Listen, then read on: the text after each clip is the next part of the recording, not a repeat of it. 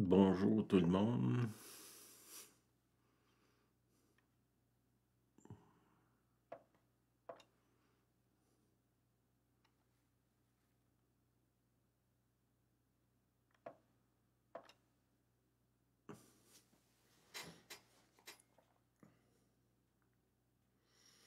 Salut Denis,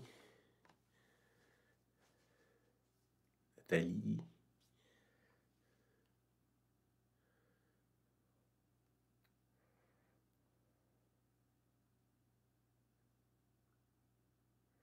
J'ai pas. Julien n'est pas là. Elle est à Montréal avec les enfants, les filles. C'est que j'ai pas de technicien de son, pas de musique. Fait que, ça va être correct comme ça. Ah, tiens, ma chérie, elle vient de se connecter. Allô, Julienne.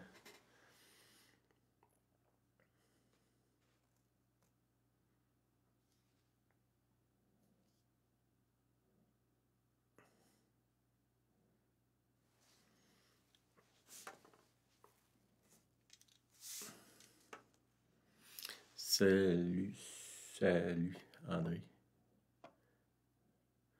Salut, Caroline.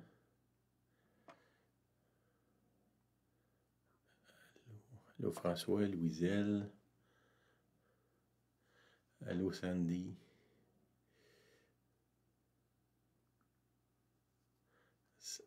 Ouais, je me fais appeler jeune homme, là, ça me fait du bien. Allô, Sylvie.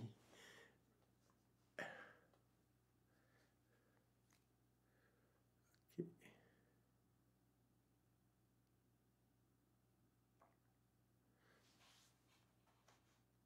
Bon, ben, bienvenue tout le monde. Euh, Comme j'ai dit tantôt, Julienne est pas là, elle est à Montréal avec les enfants. En fin de semaine, on avait la convention des Assemblées de Dieu à la Chine, chez Yvon Stabili, l'église. Puis on a eu rencontré du monde, on a eu du bon temps. Ça a été vraiment intéressant les rencontres.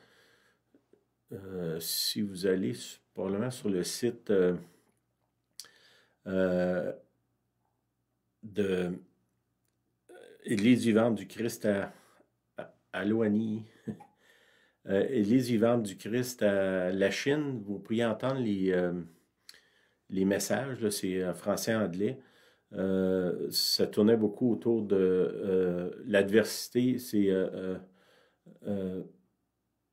une opportunité ou non, là.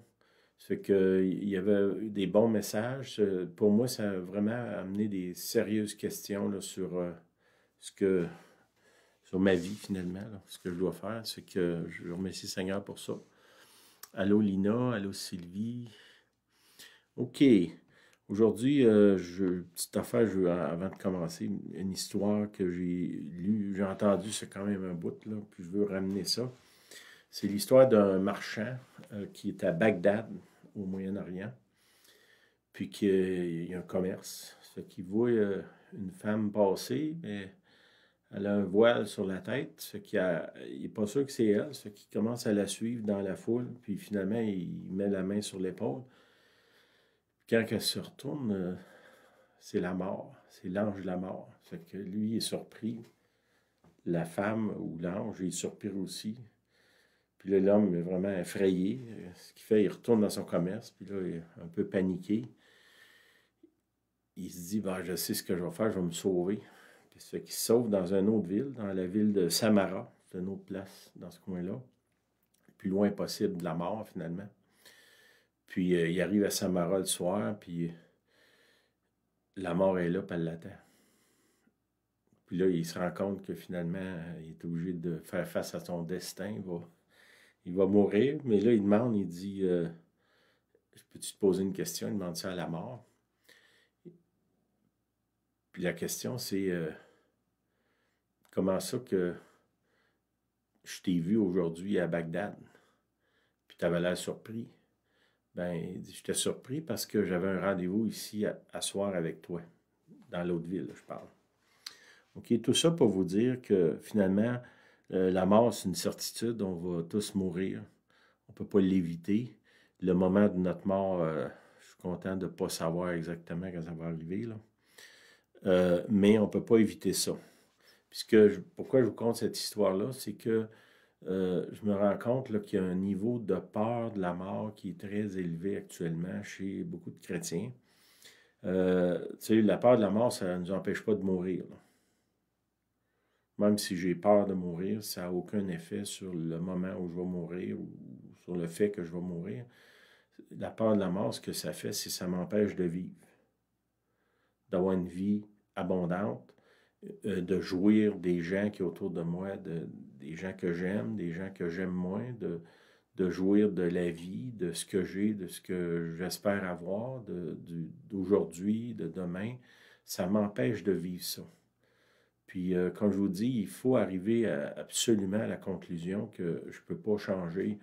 C'est certain, une certitude absolue que chacun de nous, on va mourir. C'est qu'on ne peut pas arrêter de vivre parce qu'on a peur de mourir. OK? Puis c'est relié aussi à quelque chose que j'ai entendu aujourd'hui. Bon, beaucoup ont peur de la mort actuellement, peut-être parce que ce qu'on entend beaucoup avec le coronavirus, là, ça nous a comme ouvert les yeux sur la réalité de la mort. Actuellement, il n'y a pas beaucoup plus de monde qui meurt que dans le passé, sauf que parce que peut-être à cause des médias ou des conversations qu'on a de notre vie qui a été bouleversée, on est plus conscient que la mort est là, puis que ça peut nous frapper à tout moment. Ça n'a rien changé, ça pouvait me frapper à tout moment avant, puis aujourd'hui encore. Ça fait que, dans le fond, au niveau de la certitude, ça ne change rien, là. Je ne suis pas plus certain que je vais mourir là que je l'étais là, un an ou là, 10 ans. Là. La certitude est là, elle ne peut pas changer. Ce que j'ai entendu aussi, ça venait d'une étude en Californie, relayée par la très crédible TVA, puis aussi corroborée par un virologue. Okay? C'est, dans le fond, ce qu'il disait, c'est que les gens qui ont le coronavirus, qui sont vaccinés ou non, ils ont à peu près les mêmes chances de l'attraper puis de le transmettre. Ça, on le savait depuis un bout, mais là, c'était comme confirmé officiellement, là, parce que des fois, on dit « Ah, ça vient des médias sociaux, puis tout ça. » Mais là, c'était TVA quand même qui disait ça. Pas nécessairement qu'ils sont plus crédibles, là, mais mettons que c'est quand même une TV nationale, là. Puis, qu'est-ce que je veux en venir avec ça? C'est que au niveau de la discrimination, la peur, elle ne discrimine pas. Puis là, on se dit, ben, dans le fond, si j'ai peur de la mort, je dois avoir aussi peur des gens vaccinés que ceux qui ne le sont pas, parce que les deux peuvent me transmettre le virus. Bon. Si je vis avec la peur de mourir, là, ça vient de monter d'un cran, parce que là, j'ai plus juste peur de ceux qui ne sont pas vaccinés, mais j'ai peur de même ceux qui sont vaccinés. Voyez-vous que si j'ai décidé ou je me suis laissé aller à vivre dans la peur, il n'y a comme pas de fin à ça, là. Puis là, cette peur-là peut me geler puis m'empêcher d'avoir une vie semblant normale. Je comprends là, qu'il y a des restrictions et tout ça, puis je vous encourage à suivre ces restrictions-là, là. C'est pas de ça que je vais adresser, c'est la peur elle-même. Puis, ça me fait penser aussi à un petite bande dessinée, là, c'est Charlie Brown, ceux qui connaissent ça, c'est une petite bande dessinée. Puis il y en a un qui dit à l'autre, il dit, tu sais, un jour, on va tous mourir. Puis l'autre, il répond, oui, mais tous les autres jours, on va vivre.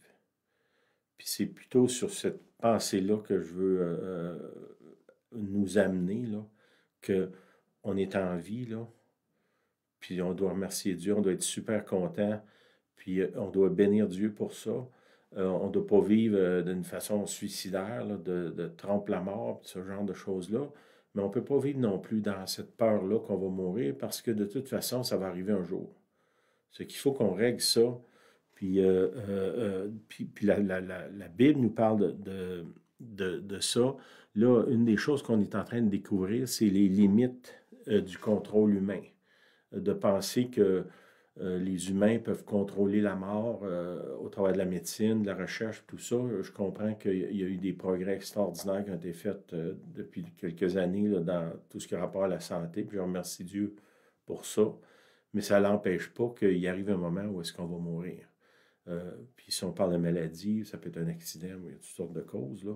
C'est que c'est plus au niveau de la peur, de cette crainte-là qui nous empêche de vivre pleinement que de, devant le Seigneur. OK? Là, on découvre les limites du contrôle humain. Nous, chacun de nous, personnellement, personne ne contrôle la vie ni la mort. Il y a des choses qu'on peut faire pour faire attention, on pourrait dire, mais on ne peut pas contrôler ça. Okay? Dans Romains 5,17, ça dit, si par l'offense d'un seul, un seul ici, il parle de Adam, là, quand Adam a péché, il a comme entraîné l'humanité dans la mort. Le Père avait dit, le jour où tu en mangeras, tu mourras.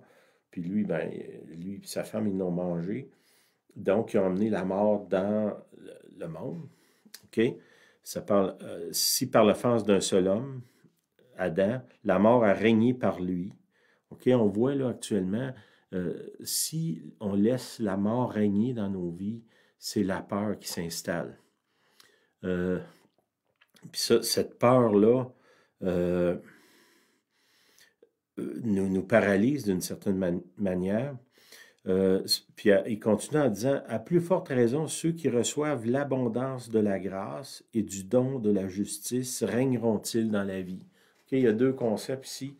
Adam nous a emmenés dans la mort, dans la peur de la mort, puis la mort qui est comme, ça dit qu'elle règne sur l'humanité.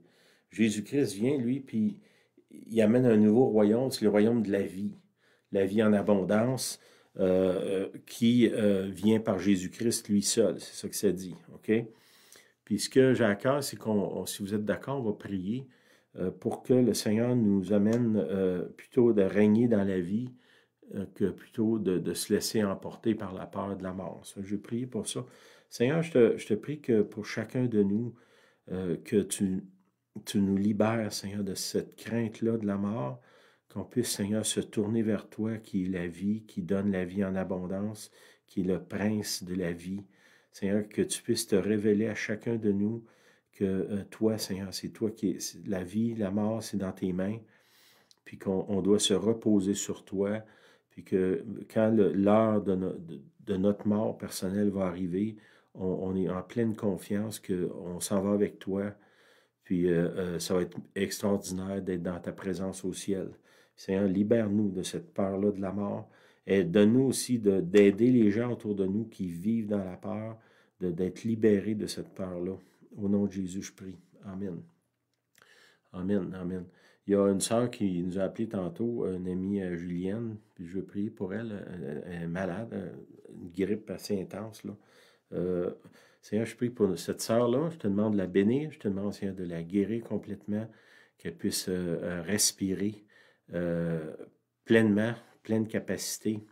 Si quoi que ce soit dans ses poumons, Seigneur, je chasse ça dans le nom de Jésus, puis je déclare la guérison sur elle. Amen. Amen. Amen. OK, ça, c'était pas mon propos principal. Je veux parler à partir de Jean 3, 17. Le titre de mon message, c'est « La promesse d'une nouvelle vie ». Dieu nous a promis une nouvelle vie. Une des raisons qu'on vient au Seigneur, c'est parce que on est attiré par cette nouvelle vie-là qu'il nous offre, sans nécessairement comprendre c'est quoi, là. Jean 3, 17, ça dit, Dieu, en effet, n'a pas envoyé son Fils dans le monde pour qu'il juge le monde, mais pour que le monde soit sauvé par lui. Okay? Jésus vient pour nous sauver. Sauver de quoi? Sauver de toutes sortes de choses. Il nous sauve premièrement de l'enfer, quand on accepte son offre finalement. Mais au quotidien, il nous sauve particulièrement de nous-mêmes. On est des gens qui ont une propension à se mettre dans les problèmes. Puis le Seigneur est là, puis il vient, puis il nous sauve. Puis il le fait constamment.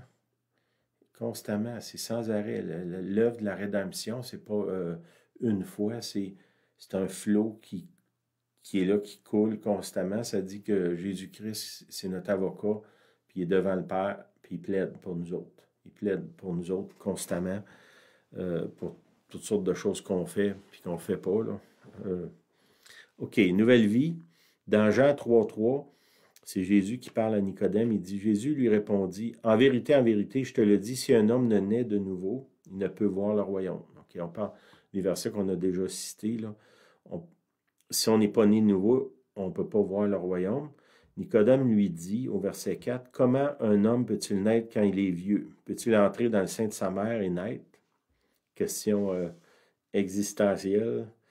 Jésus répondit, en vérité, je te le dis, si un homme ne naît d'eau et d'esprit, il ne peut entrer dans le royaume de Dieu. OK? Ce qui est né de la chair est chair, ce qui est né de l'esprit est esprit. Il parle ici de deux naissances. Je disais quelque chose hier, puis j'ai trouvé ça intéressant. Jésus qui est né, qui vient de l'esprit du Père, c'est le Saint-Esprit qui vient, puis que Marie tombe enceinte. L'esprit, il devient chair.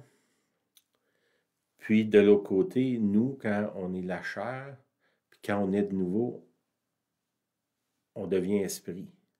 Hein? Jésus naît de nouveau, il était déjà là avant. Jésus, il est là depuis le début de l'humanité. Il vient sur la terre par l'esprit. Il naît dans la chair. Nous, on naît dans la chair, puis on vient dans le ciel par l'esprit, en naissant par l'esprit. Les deux, on naît de nouveau. Le modèle, c'est Jésus, quand on parle de naître de nouveau. OK. Ce qui est né de la chair est chair, ce qui est né de l'esprit est esprit. Le fait de naître ne vient pas de nous. Hein? On comprenait ça que moi, je n'ai rien fait pour naître. Ça m'est simplement arrivé. Là. À partir du moment que je nais, ben là, je deviens une personne, j'ai des décisions, j'ai des conséquences, j'ai tout ça, mais à partir du moment où je nais, jusqu'à un certain point, j'ai rien à faire là-dedans. Puis on peut parler au niveau naturel, mais aussi spirituel. La nouvelle naissance, c'est un acte souverain de Dieu. Quand Nicodème, il dit, faut-tu que je retourne dans le sein de ma mère? Je pense qu'il avait compris quelque chose, que c'était impossible aux hommes, aux femmes, de naître d'eux-mêmes. Hein. C'est pas moi qui ai décidé de naître. Tu sais, je peux me plaindre à mes parents, pourquoi vous m'avez mis au monde, blablabla. Mais en réalité, moi, je n'ai rien à voir dans ça. C'est un acte de deux autres personnes étrangers à moi, étrangers dans le sens qui c'est pas moi qui les ai créés, ils sont là. Mon père, ma mère, ils ont des relations, puis moi, je nais de ça. Fait que d'une certaine façon, on n'a pas rien à voir ni à faire dans ça. Ça nous arrive simplement. Puis la nouvelle naissance, c'est quelque chose aussi qui nous arrive simplement. La Bible parle beaucoup que c'est Dieu qui nous a choisis. Tu sais, ça dit dans la parole, ça dit Jésus en prit 12 pour être avec lui. Une autre place, ça dit ceux qui étaient appelés au salut ont donné leur vie au Seigneur cette journée-là.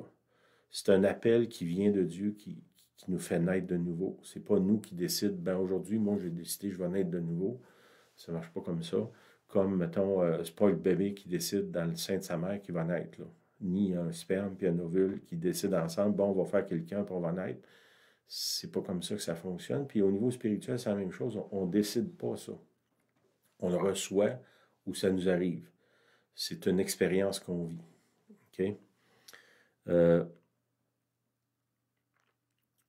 Puis pourquoi je vous dis ça, c'est important parce que quand on parle de la promesse d'une nouvelle vie, quand Jésus il dit vous allez naître de nouveau, vous pouvez recommencer à zéro finalement. Comme si Nicodème il dit ben je sors du sein de ma mère nouvellement au travers d'un acte souverain de Dieu. Okay? Puis comme je vous dis, c'est selon moi, puis selon l'Écriture, c'est un acte de Dieu. Pourquoi ça arrive à vous ou à moi, puis il n'y a pas un autre? J'ai aucune idée, je ne comprends pas ce concept-là, c'est au-dessus de ma tête. Je comprends que ça n'a rien à voir avec le fait que moi, je suis une bonne personne. Ça, c'est clair pour moi. C'est parce que Dieu est bon. Dieu d'une certaine façon, est venu me chercher. Dans mon cas, c'était vraiment évident, là. Je ne le cherchais pas. Puis il est venu à ma rencontre. Définitivement, j'ai répondu à son appel parce qu'on a le choix de ne pas répondre, là. Mais c'est lui qui est venu vers moi, c'est pas moi qui est allé vers lui, là. OK? Puis là, je cherche des évidences de la nouvelle naissance parce que, tu sais, je peux pas juste aller avec quelqu'un puis dire, ben, fais une prière, puis là, tu vas naître de nouveau. C'est pas moi qui fais naître de nouveau, c'est Dieu. OK? Je peux amener quelqu'un à prier, puis il va avoir une expérience surnaturelle de nouvelle naissance, mais c'est pas automatique.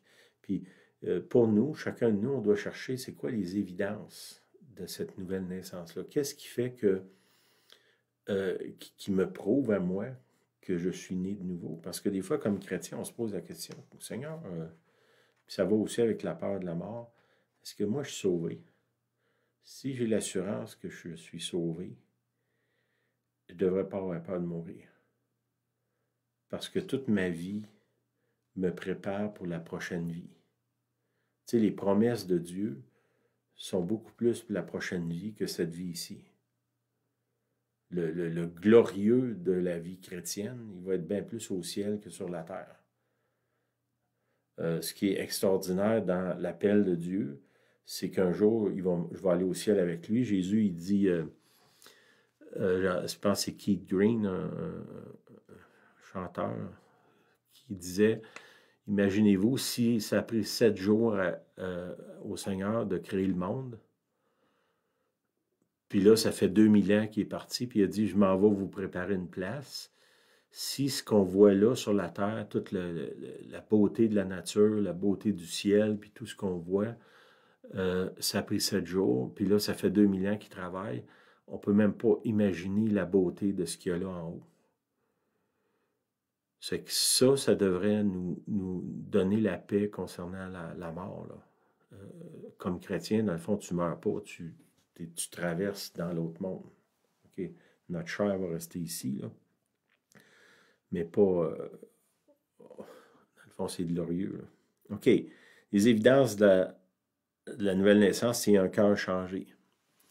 Mon cœur change. Puis normalement, même les gens autour de moi vont dire, t'as donc bien changé, qu'est-ce qui se passe, qu'est-ce qui t'arrive, hein? Tu changes, ta façon de penser, d'agir, tes actions changent. Okay? Dans Jérémie 31, 33, c'est Jérémie qui parle. C'est Dieu qui parle au travers de Jérémie. Il dit, mais voici l'alliance que je ferai avec la maison d'Israël.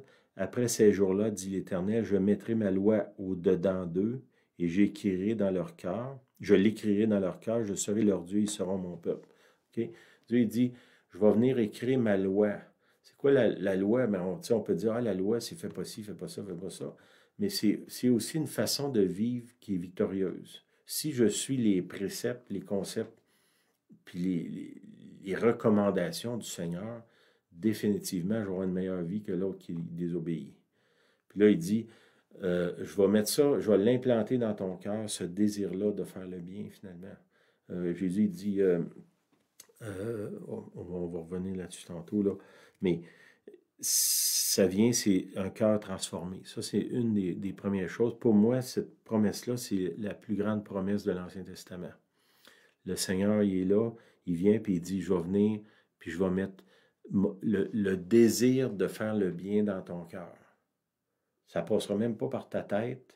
Tu ne pourras pas le raisonner, ça va venir, ça va jaillir de toi. Un peu, ben, c'est un peu comme la nouvelle naissance. C'est pas toi qui vas créer ça, ça vient, c'est une action de quelqu'un d'autre. Tu sais, ma vie, quand je suis né, c'était l'action d'un autre, de deux autres, dans mon cas, mon père, ma mère, là. Puis pour vous aussi, là.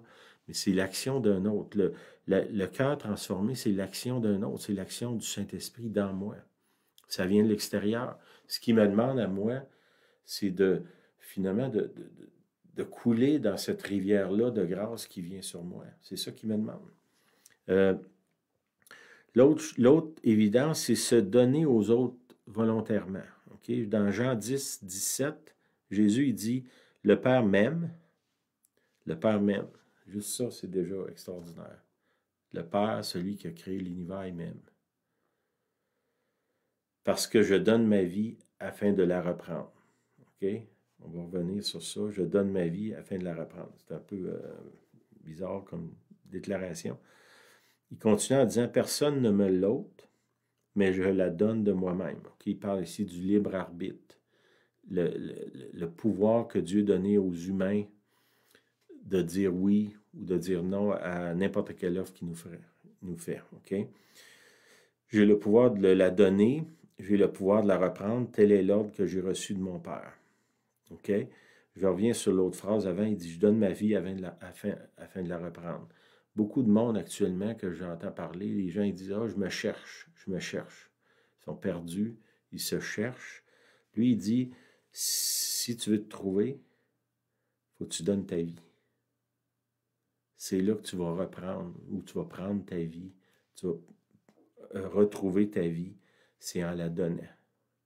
En la donnant premièrement à Jésus, là, mais aussi la démonstration du fait que j'ai donné ma vie à Jésus nécessairement passe par le fait que je vais la donner aux gens autour de moi aussi. Aime Dieu, puis aime ton prochain. Ça, c'est Jésus il dit ça, c'est le résumé de la loi et les prophètes. Aime Dieu, aime ton prochain. Bon, si j'aime Dieu, normalement, puis je suis aimé de Dieu, je vais définitivement avoir un signe, une évidence que j'aime les autres. Là. Il va y avoir peut-être une progression, ça dépend du caractère ou d'où je pars. Il y a des gens là, qui ils viennent au Seigneur, puis c'est des, j'ai envie de dire, des enragés de la vie, là. Ben peut-être que ça va être un petit peu plus long que l'autre qui a un caractère extrêmement docile, mais il va quand même avoir une progression. Puis on l'a vu dans multiples personnes. OK, je donne ma vie afin de la reprendre, puis je retrouve ou je trouve ma vie en la donnant. Puis ça, c'est la réponse aux gens qui cherchent. Vous cherchez, ou vous ne savez plus où vous êtes rendu, votre vie est cachée en Jésus-Christ. Puis si vous voulez trouver votre vie, il faut la donner. C'est bizarre, si tu veux trouver quelque chose, il faut que tu le donnes. Mais ça, c'est, comment je dirais, les mathématiques du ciel. Tu sais, nous autres, on dit, si tu veux prospérer, garde tout pour toi. Puis dans le ciel, on dit, si tu veux prospérer, donne tout ce que tu peux. Tu sais, c'est pas logique ben comme un humain, mais ça, c'est les lois du cœur. Le cœur changé, il comprend que tout vient de Dieu, donc si je donne, je vais recevoir plus. Puis c'est là que je vais me trouver aussi, parce que les humains ont été faits à l'image de Dieu. Qu'est-ce que Dieu a fait? Dieu a tant aimé le monde qu'il a donné son Fils unique. Il a donné ce qu'il y avait de plus précieux comme démonstration de l'amour. Ben, ça ne peut pas être autrement pour nous autres. L'évidence, ou une des évidences de la transformation de mon cœur, c'est ce désir-là, cette capacité-là de donner ma vie, premièrement, là, puis le reste aussi, ça va avec. Là. OK? Vous comprenez que Dieu a besoin de rien, là. Si je donne à Dieu, dans le fond, je donne nécessairement à vous, là. Tu sais, que ce soit de l'affection, de l'amour, de l'écoute, de l'argent, du temps, quoi que ce soit. Le Seigneur, il n'a pas besoin de mon auto, là. Il a sûrement un véhicule un petit peu plus performant que le mien. Mais peut-être qu'il y a quelqu'un qui en a besoin et que moi, Dieu m'appelle à le donner. Là. Mais comprenez-vous, là, il y a quelque chose que la relation avec Dieu, elle passe nécessairement par une démonstration envers les humains. Là. Aime Dieu puis aime ton prochain, c'est directement connecté. Je ne peux pas faire un tour, juste dire, ben moi j'aime juste Dieu, là, mon prochain, j'en peux plus. Ben c'est pas de même que ça fonctionne. Si j'aime Dieu, ça va découler de l'autre.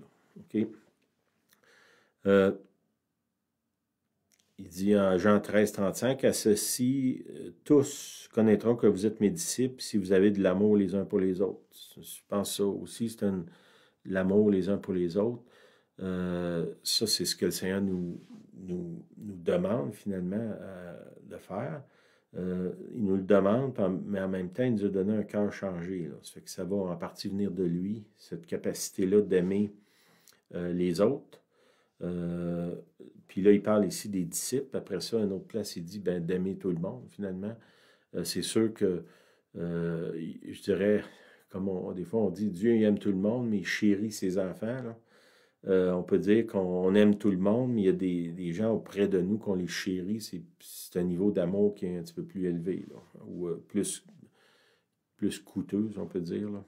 Euh, OK, l'autre chose qui est une évidence, c'est que dans une famille, là, les gens se ressemblent, hein. Ils se ressemblent physiquement, ils se ressemblent dans leur manie, dans leur façon de parler, le langage, les mots qu'ils utilisent, la façon de se tenir, la façon qu'ils s'habillent. Il y a une ressemblance.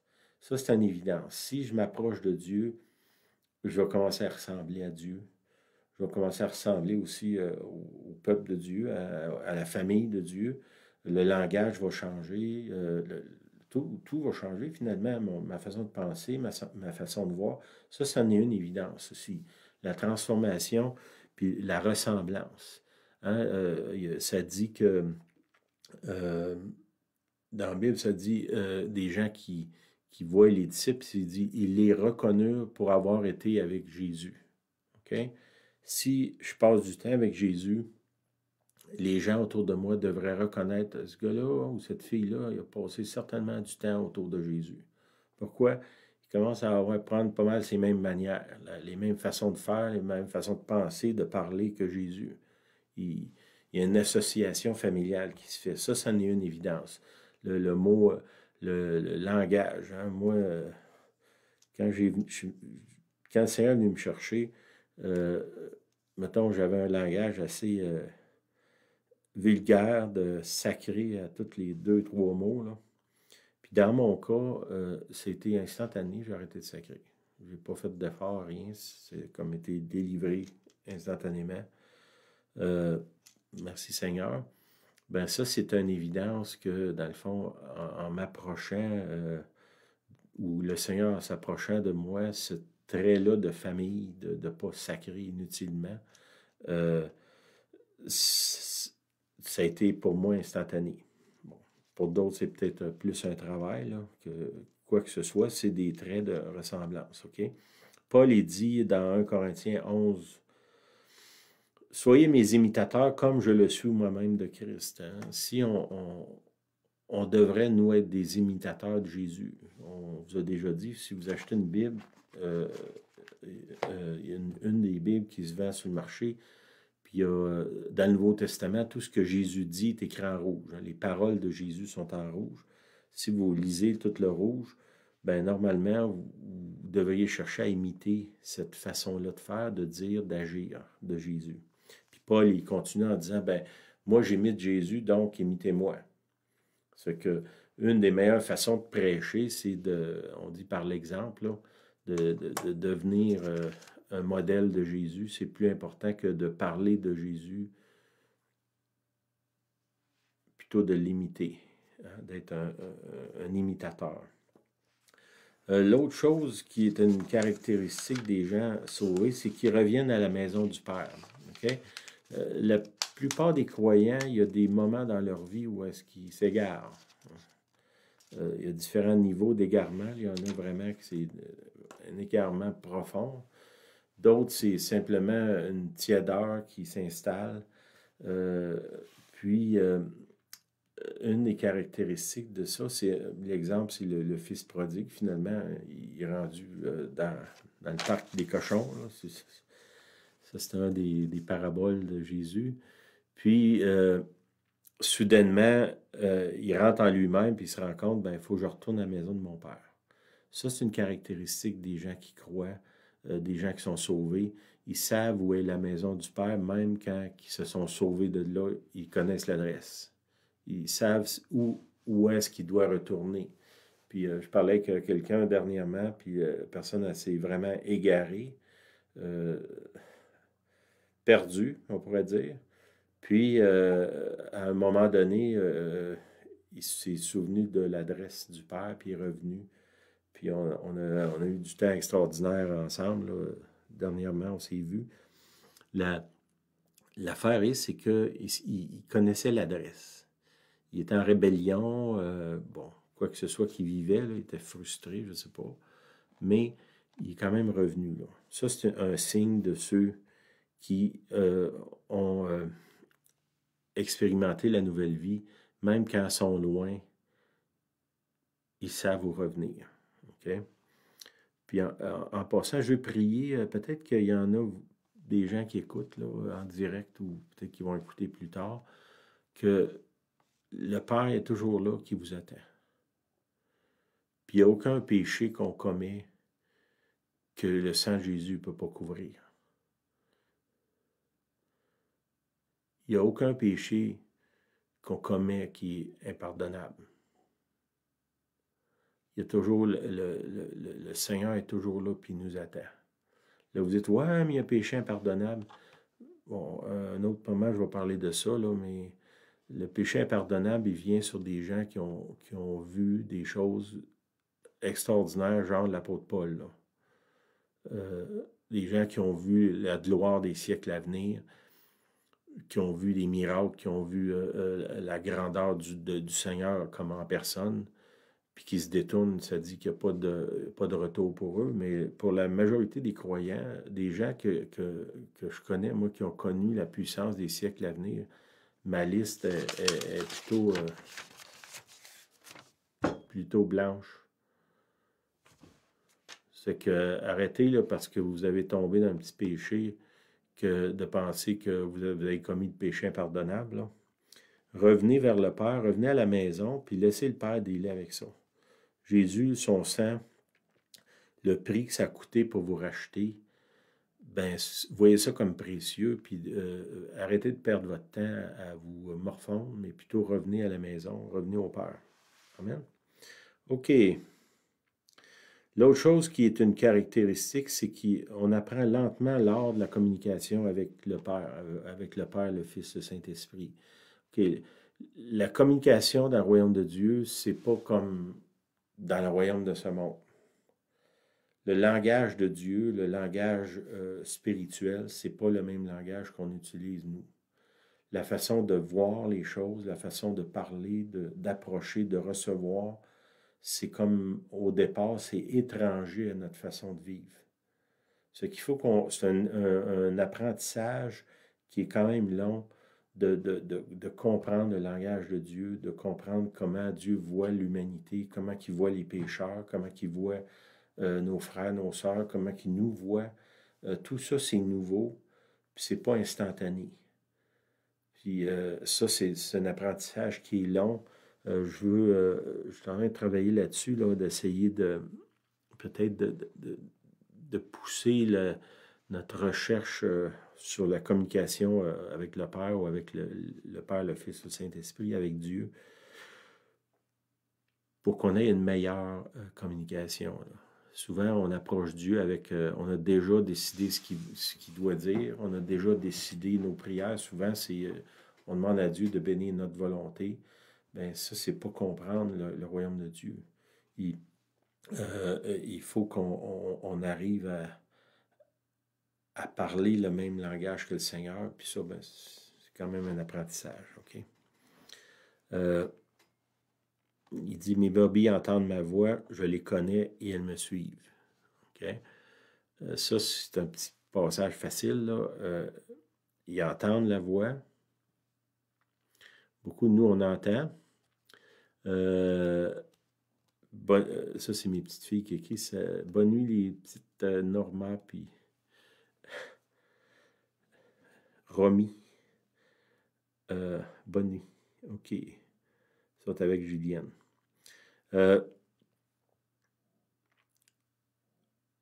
Les brebis entendent ma voix et je les connais. Okay? On entend, mais entendre, c'est pas suffisant. Là. Comme chrétien, on doit entendre puis obéir. On a vu ça la semaine passée là, dans le message que j'ai emmené.